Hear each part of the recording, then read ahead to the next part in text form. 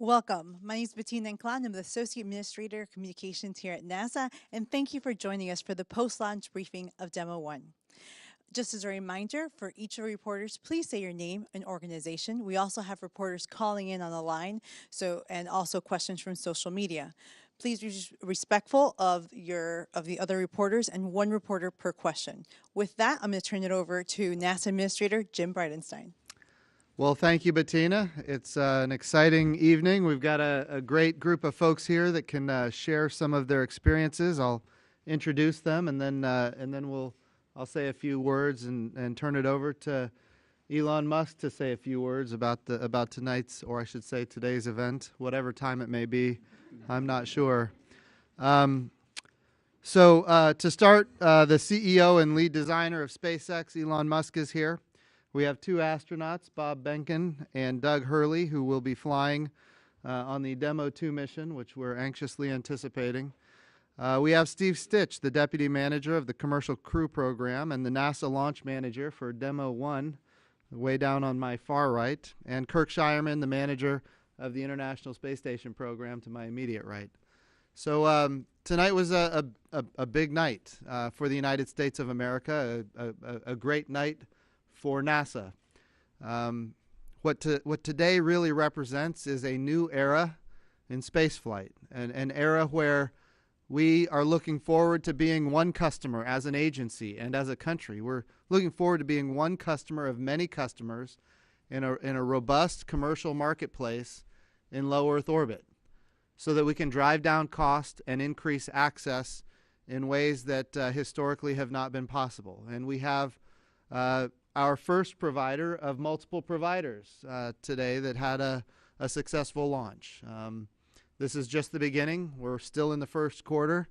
It's a 5-day mission, and we're looking forward to future successes on this mission and missions beyond this one. So, Elon, I'll turn it over to you for a few of your opening comments. Sure. Well, thank you. Well, I'd just like to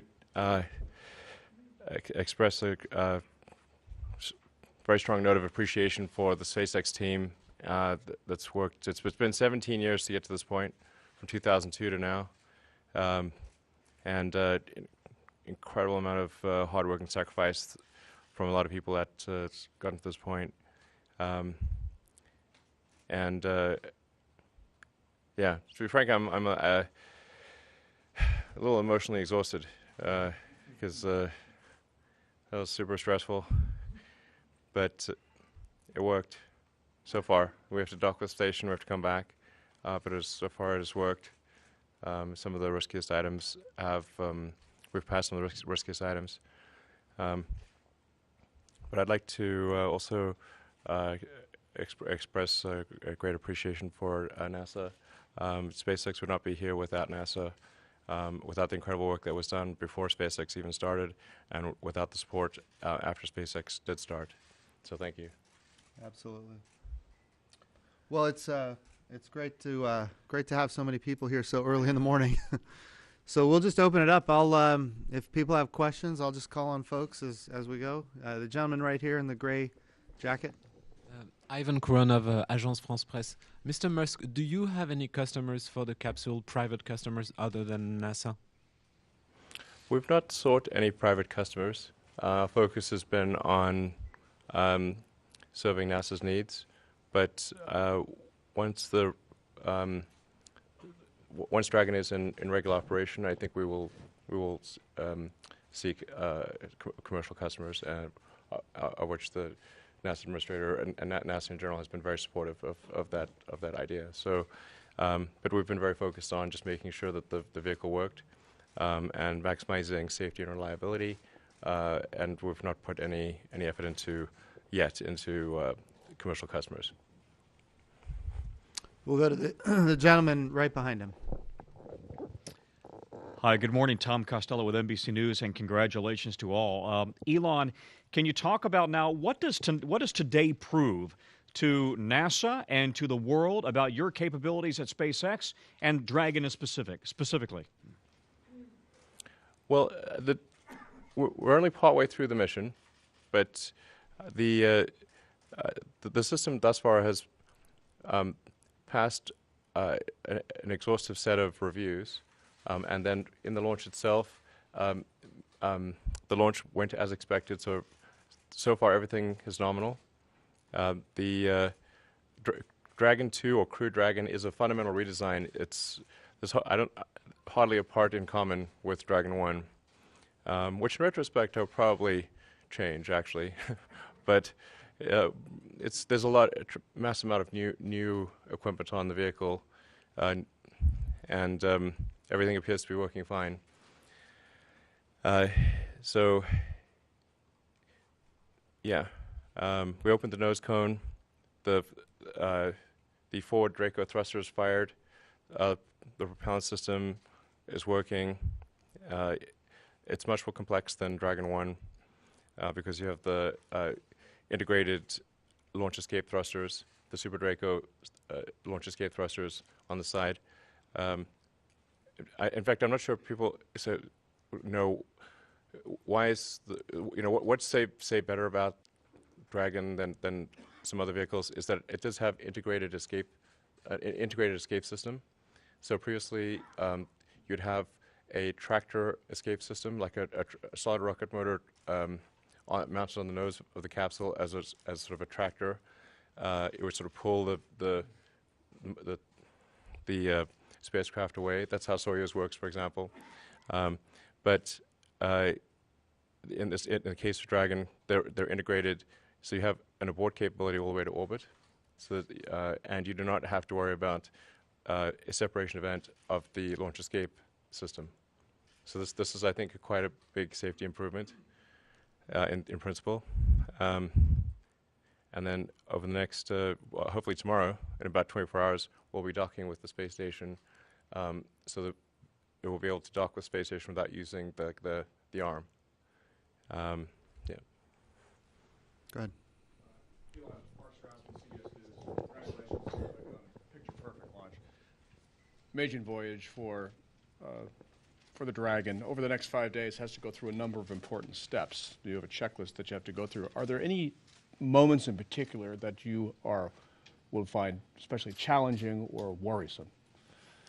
Well, I think docking with the space station is going to be, we'll be docking for the first time. Previously, we would go close to the space station and the arm would reach out and grab, in case Dragon 1, and it would grab Dragon 1 and attach it to the space station. In this case, the spacecraft will literally fly onto the space station and attach itself. So that's certainly going to be something new that we've never done before. And then re-entry, because the back shell is not symmetric in the way that Dragon 1 is. And it's not sort of a smooth conic like Dragon 1. You've got the launch escape thruster pods that could potentially cause a roll instability on re-entry. But I think it's unlikely. We've run simulations 1,000 times, but this is a possibility. So I think that the re-entry with the asymmetric back shell, and then the parachutes are new. Will the parachutes deploy correctly? Will the system guide Dragon 2 to the right location and splash down safely? I see hypersonic re-entry is probably my biggest concern. Oh, just because of the asymmetric back shell. Yeah. For a week. We'll go right here. Yes. We didn't get a chance to see the camera inside the capsule at liftoff in the first minute. What did you see? What data? How did the Sure. mannequin test dummy Ripley do? Yeah, the video, we did get video from the ground station, so in fact, we'll hopefully be able to post some of that soon. And for sure, once we get close to the station, we'll have a good video link from inside the spacecraft. The bias was towards data, making sure we got the data down. So data's all looking really good. But I think for members of the public, the real fun thing would be seeing the little celestial buddy little tiny humanoid Earth thing floating around in zero G. I think the public will probably be most excited about that. How many Gs did you get a sense of? Well, it's in zero G now, but it would. No, Oh. Oh, and it's fine. Yeah, it's like probably we got to about 4.5 Gs or something like that. It's no problem. Yeah. The mannequin didn't complain once. Yeah, no, it looked fine. We You know, it looked. from him either, so yeah. You couldn't even tell. It's just. It looked like a still. Yeah, looked fine. We'll go right here in the front. Tim Dodd, the Everyday Astronaut. I have a question regarding when you had the failure of landing and you had a block freeze of the Falcon 9, Block 5. You're unable to make changes according to NASA's requests. How did it, when you have non-mission critical things like grid fin hydraulic pumps that seize, what were you able to do as far as, you're in a freeze of the vehicle? How did that affect certification going on? Were you able to make tweaks to the hydraulic systems? Were you able to add a redundant pump already? Or did it not? Is that not considered a freeze, I guess? Or what's that like, I guess? No, we've been actually able to work with NASA very well and make changes as it's like as I said earlier, I think you can almost think of like this was like kind of co-designed by NASA and SpaceX, like in the sense that there was so much interaction and feedback that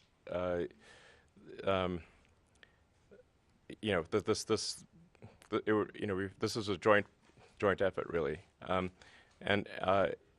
the NASA engineering team understands the vehicle really quite well, very well, and so when we want to make changes, provide those changes are sound, then we meet and confer and get it done, and we're able to fix the grid fin hydraulic pump stall pretty easily, actually without having a redundant pump.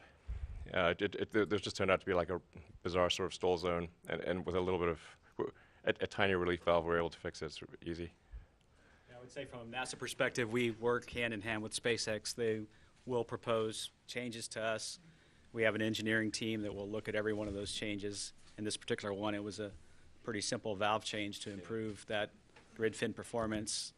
SpaceX proposed it. They bring it to us. We kind of go through it with our process, and engineers look at it, and then we make those changes to the vehicle. So it's a very methodical process. I would say we have great teamwork between NASA and SpaceX. Yeah, we've done some. Obviously not for a mission like this, but we've done some pretty wild things. I was just talking with Bill Gerstenmaier earlier, and we're reflecting on that time when we had we had to trim the nozzle of the Merlin vacuum engine. So the C103 nozzle, which is like an OVM half-inch nozzle for the vacuum extension, had like a little tear in it. So we basically sent one of our best techs in there to trim it with a pair of scissors, and it was like, this is pretty crazy, but Bill and I was like, well, it should work. It did. did work. We'll go right here in the NASA shirt. Mary Liz Bender with the Planetary Society. Elon, you've spent 17 years pushing past adversity, doubt, and you must feel incredible to finally be at this stage. I'm just curious what advice you have to all the dreamers out there that are dealing with the same kind of doubt that you did. Oh, I always thought we would fail, so this is it's all upside. I thought maybe we had a 10% chance of reaching orbit starting out. So then people thought when we started SpaceX, they said, oh, you're going to fail. So I agree. I think we probably will fail. Yeah. It's worth trying anyway. Yeah. Yeah. How's that for honesty, huh? Yeah, they said I'd lose lose all the money from PayPal. I was like, well, you're probably right. And we almost did. We had first 3 launches of Falcon 1 didn't work. Then the 4th one, we scraped together some parts, and that one worked. And if that one hadn't worked, that would have been it for us. So, I don't know, I really believe in the future of space, and I think it's important that we become a spacefaring civilization and be out there among the stars. And I think that's one of the things that makes people excited about the future. And we want the things that are in science fiction novels and movies not to be science fiction forever. We want them to be real one day. Does anyone have questions for the astronauts or specifics on commercial crew or the ISS?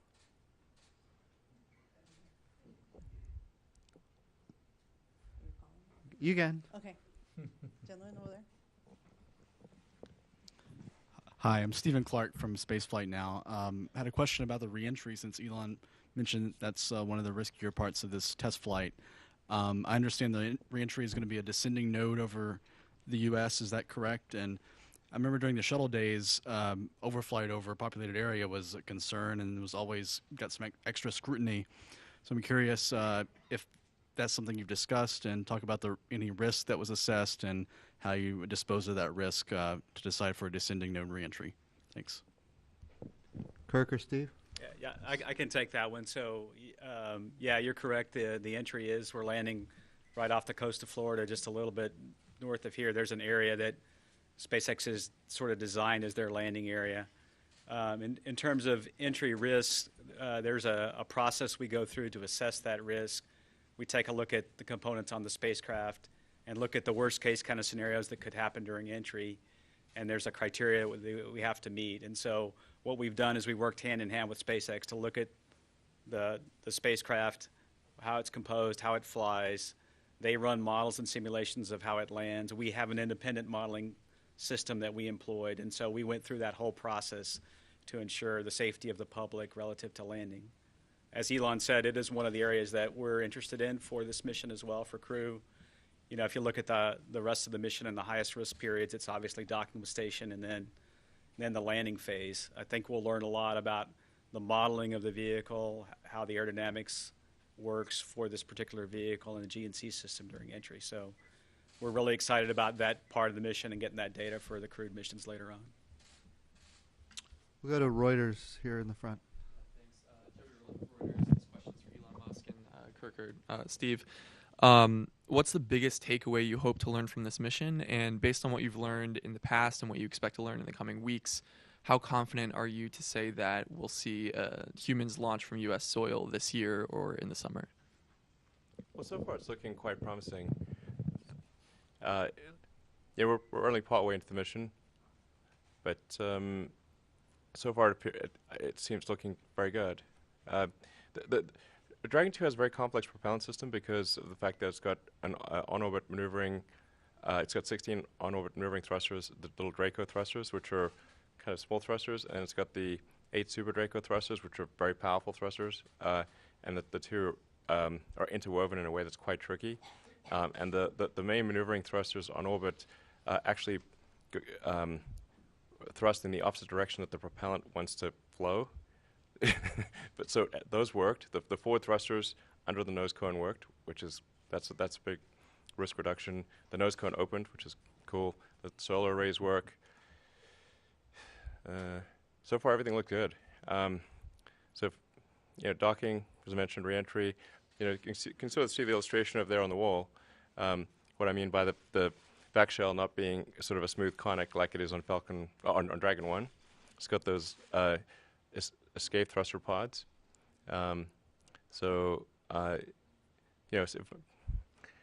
Should be fine, but that would be a thing to make sure that it works on reentry, make sure the docking system works. Everything we know so far is looking positive, and unless something goes wrong, I would think that we'll be flying hopefully this year. Yeah, I mean this summer, hopefully. Steve or Kirk, did you want to? Go ahead, Steve. Yeah, I would just echo what Elon said. To me, it's really a bit of a dress rehearsal for the Demo 2 mission. We're going to fly all aspects of the mission, so I think we'll learn, a lot of subtle things about the spacecraft, how it does thermally, how the GNC system works. Getting into the rendezvous, it'll be really important to check out how the sensors work as we approach station. It's the first time we've flown to this particular integrated docking apparatus with this vehicle. There's a series of steps we'll take as we move in closer to station to make sure that the systems are performing well on the Dragon. Obviously, the crew on station will be monitoring the vehicle coming in. And then at the end of the flight, while we're docked also, we'll understand how it works at station. We're going to exchange data between Dragon and the space station. We exchange airflow between the two vehicles. And then at the end of the flight, we'll do the undock maneuver. And then separate the trunk is another big event, right? Before we deorbit, we'll separate the trunk and then come in for the deorbit and entry. So lots of different pieces. And each piece, my experience is we'll learn a little bit. And as Elon said, the flight's going great so far. And I would turn it over to Kirk to see. Yeah, so the cool thing is you learn engineering things like you talked about, but operations things. So docking, coming close to the ISS, it's a test flight, but not really for us. We consider this one for SCORE. It really is flying to the ISS, and we really want to protect the crew on board and the assets. So we'll learn that. We actually had to learn how to protect SpaceX's proprietary data when working with international partners, and so there's this whole dimensions of learning, and we've already done a tremendous amount of work, and I'm sure we're going to have some surprises along the way. That's what makes this so much fun. We're going to take a question from our social media participants. Okay, Powell Majak, perhaps, on Twitter is asking, how are the Dragon astronauts feeling about the spacecraft?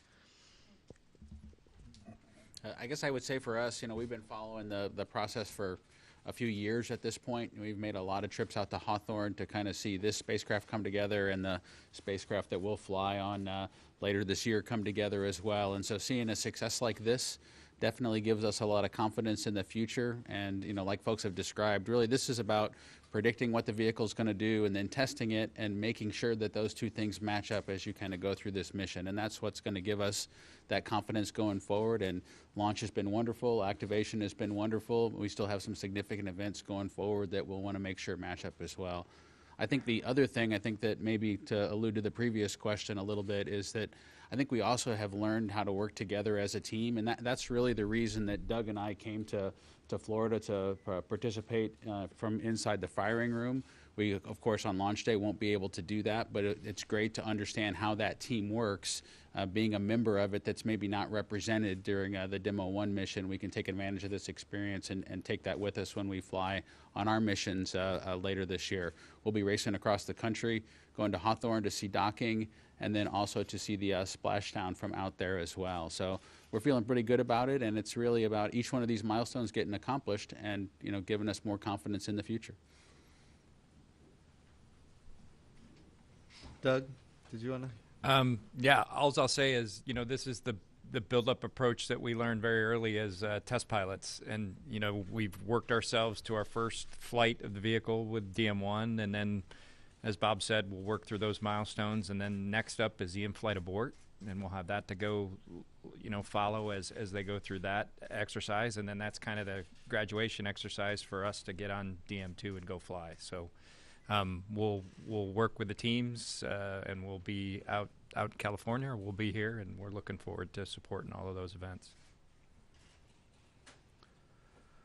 The aqua shirt right here. Excuse me, Dave Mosher with Business Insider and Insider. I suppose this is for Elon. You said you're emotionally drained right now, having launched an uncrewed Crew Dragon, but you've got these two guys sitting right next to you. Do you think you're going to feel and handle that experience going into Demo 2? Like any thoughts on that? How you're going to get through that launch? I suspect it will be extremely stressful. But I mean, doing the this test flight, I think goes a long way towards feeling good about the flight with Bob and Doug. So. And in fact, right after Dragon, separated and we fired the thrusters, I went over and asked them what they thought, and they're like, "How do you feel about flying on it?" Seems like you felt good about flying on it. I was like, "Okay," They're in the control room watching all the data, so I'm like. Yeah, it's awesome when the guys told us what was going to happen, and that's what happened. That's how we like it to be. So. Yeah. So, but we're gonna ask to make sure they're feeling good about it, and you guys were. So, we definitely want to launch until we've done everything we can possibly think of. That's for sure. And I think this plus the high altitude abort gives a lot of lot of confidence about the actual mission with astronauts. Aviation Week. Thanks. Irene Klotz with Aviation Week. For Bob or Doug, did you see anything from your perspective in the firing room that in the countdown or in fueling, anything in the calls that kind of initially you're flagging as something you'd like to take another look at? And for Elon, thanks for coming out here. We've seen you here after the first reuse of a Falcon 9 and for Falcon Heavy. Big picture, how does this flight fit into your overall objectives and satisfactions personally and professionally? Thanks. Well, it's the whole goal of SpaceX was crewed spaceflight and improve space exploration technology. That's actually the full name of the company, is Space Exploration Technologies. So the goal is to like improve space exploration technology, and that's with the view towards helping make humanity a spacefaring civilization. It's been 17 years.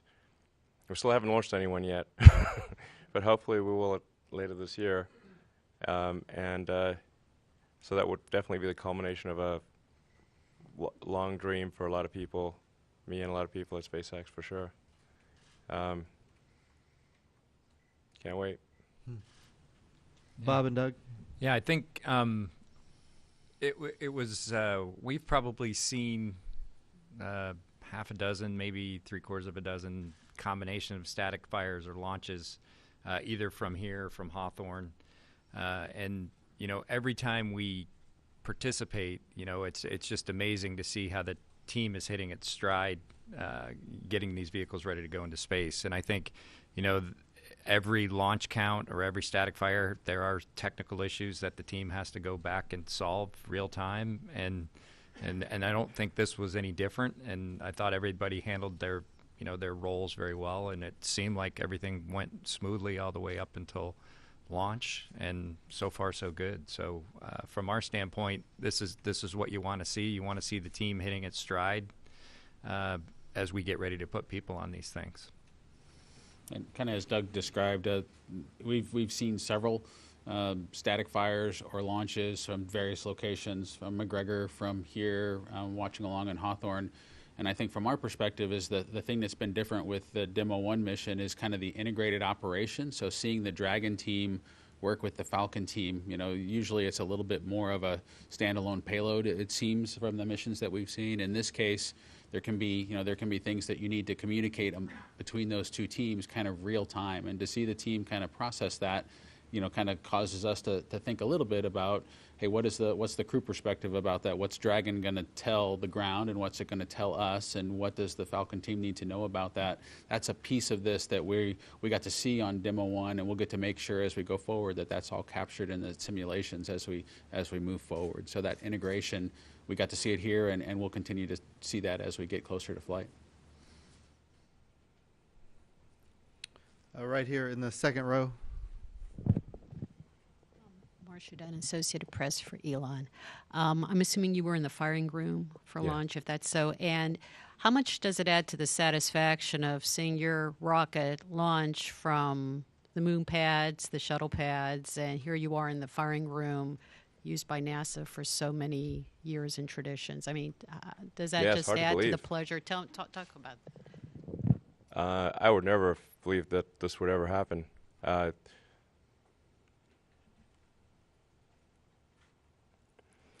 Yeah, I just think, the humanity landing on the moon, man, that was maybe the greatest thing ever. Maybe the greatest thing ever. So I can't believe we're launching from that pad. Thank you for letting us let's do that. Thank you for refurbishing it. Yeah. Yeah, it's really hard to believe. It's incredible history. Hope we go back to the moon soon. That's the goal. Yeah. We should have a base on the moon, like a permanently occupied human base on the moon, and send people to Mars. you know, and build a city on Mars. That's what we should do. The gentleman in the back, put your hand up high there. Mike from Fox 35. Elon, after you looked at Bob and Doug and said, how do you guys feel about going up in it? Did they say to you, how do you feel, Elon? And I wonder under what circumstances would you get in it and take a ride? Yeah, I'd be happy to go on the vehicle. I think it's good design. Lot of crazy amount of hard work from a lot of smart people at SpaceX, and with a lot of help from NASA. And I think it's a good vehicle. And you guys think it's a good vehicle, right? Yeah, we. Nice. We're going to do one more question, gentlemen, in the aisle wait here. until Sunday before we can reach any Chris. conclusions, or a week when Sorry. it lands. Wait, one last question here.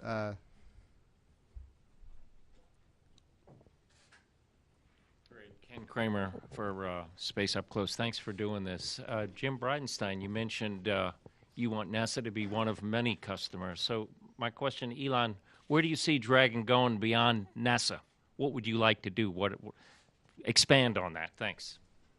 Well, I think like the obvious thing would be, you know, if there are, you know, sort of private citizens that want to go to the space station, as has happened before, that they've always gone on the Soyuz before. You know, there's been a number of people that have gone to the space station on the Soyuz, and I think it would be pretty cool if people went to the space station on an American vehicle as well. You know, Soyuz is a good vehicle, but it'd be good if you know, there were also commercial trips on an American vehicle as well, and that's so I think that's one of the things that we'll do, and obviously NASA is very supportive of that, yeah. So and then you know, maybe there's something beyond the space station that we'll see. We're gonna focus on getting this right for sure. That's the priority. But then after that, maybe something beyond Earth orbit. So I'll go ahead and close it out. You know, we just heard Elon say he'd be interested in having a permanent presence on the moon. For sure, we should do it. Well, that's the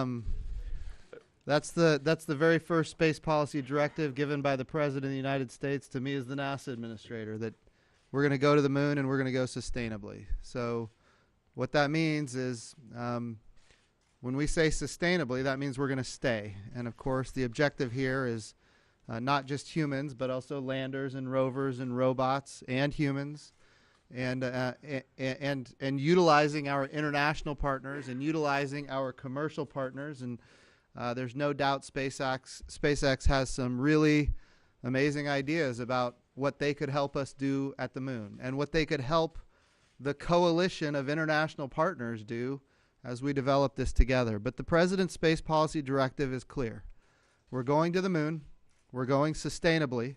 We're going with international partners. We're going with commercial partners. We're going to utilize the resources of the moon. That's a critically important part of the agenda. Why?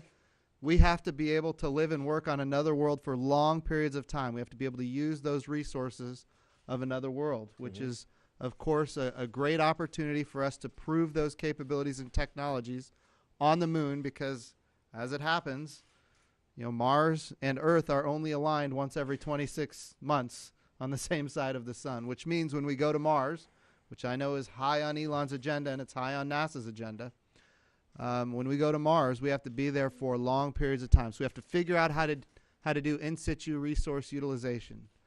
And then ultimately we need to prove all of this out at the moon, which is a 3-day journey from Earth, which means we have a risk mitigation capability right there. We've seen what happens with Apollo 13. When something goes wrong, you can get home. If something goes wrong on the way to Mars, it becomes a lot more difficult. And so that's why the moon matters. It's why the moon is so important. It's the proving ground. And then at the end, we want to take all those technologies, all those capabilities. We want to retire the risk and go to Mars. There's great alignment between NASA and our commercial partners. And as we're seeing now with our international partners, just yesterday, I don't even know what day it is. It's like 2 days Sure. ago, I guess now, we had a great announcement from Canada. And they announced that they're going to be with us for the next 24 years in our sustainable return to the moon. And that's the kind of long-term, enduring commitment that we need. We need to grow the international partnership, and that means the partners that are currently there, we need them to help us in a bigger level. The International Space Station, amazing, amazing development that has proven the concept. We need to grow it. We need every piece of the architecture between the Earth and the moon to include our international partners. It's not just about Gateway. It's not just about the International Space Station, but it's about the entire exploration agenda in 3 different theaters that includes low Earth orbit, that includes the moon, and it includes Mars. And putting together a grand bargain, if you will, between our international partners and our commercial partners in a way that can be transformative for generations to come so that we can have that permanent presence of humans on another world, starting with the moon and eventually Mars. And Absolutely. it's a bright future right now. And I will say this, and I say this every time I have the opportunity to talk to an audience, and with all the cameras here, it's more important than ever.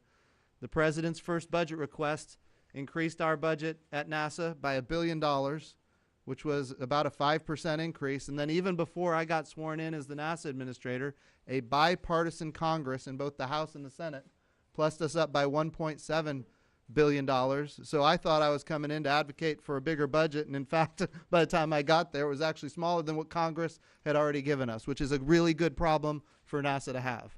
And interestingly, today, as Elon and I were out on the launch pad, 39A, we had a conversation about why he got involved in this to begin with. And it was to inspire America to increase NASA's budget because of the return we get on those activities. Now, it is true, the idea that we can put humans on another world for long periods of time is great.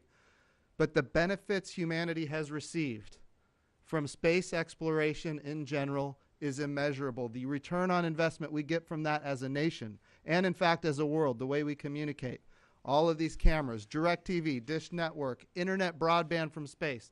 I see a lot of people here that are going to put this on the internet. We talk about XM radio, for example, but the way we communicate, the way we navigate, the way we produce food. I was recently at the Ag Expo, and we're sensing the Earth in every part of the electromagnetic spectrum, and because of that we can increase crop yields, we can reduce water usage. At the same time, we can preserve nitrates in the soil, feeding more of the world than ever before because of what NASA does. That's an amazing capability. And we didn't develop the satellites for that purpose. But because we have that data, we can share it, not only with the United States farmers, but around the world. We saved tens of millions of dollars in disaster relief that would have gone to Uganda, but because we were able to predict ahead of time a disaster situation developing, we could mitigate and save not only money for us in the form of aid, but also lives in Uganda. But the way we produce food, the way we understand weather, the way we understand climate, the way we do national security and disaster relief, all of these things were born. And I understand a lot of it's commercialized, and we love that. Helps save us money at NASA. But a lot of it's commercialized. A lot of it is done by the Department of Defense. But at the end of the day, it's born from this little agency that occupies less than 0.5% of the federal budget, and the return on that has been astonishing. So the idea that this event today was born from a concept of how do we encourage Americans to increase the NASA budget. Friends, we have that opportunity right now, and it is in fact happening with bipartisan support in Congress and support from the administration. So we're at a great time. Today's event was amazing to watch, and over the next 5 days we're going to see a lot more milestones be achieved, and certainly as an agency and as a country, and really as a world with our international partners, we're going to be able to do more than ever before. So I just want to thank everybody with the TV cameras and the iPhones. Get this message to the world. It's an important message. And I'm so grateful for all of you being here and covering this very important achievement in American history. So thank you guys so much. Thank you, everyone, for joining us. If you have more information, please visit nasa.gov. Thank you and have a great day.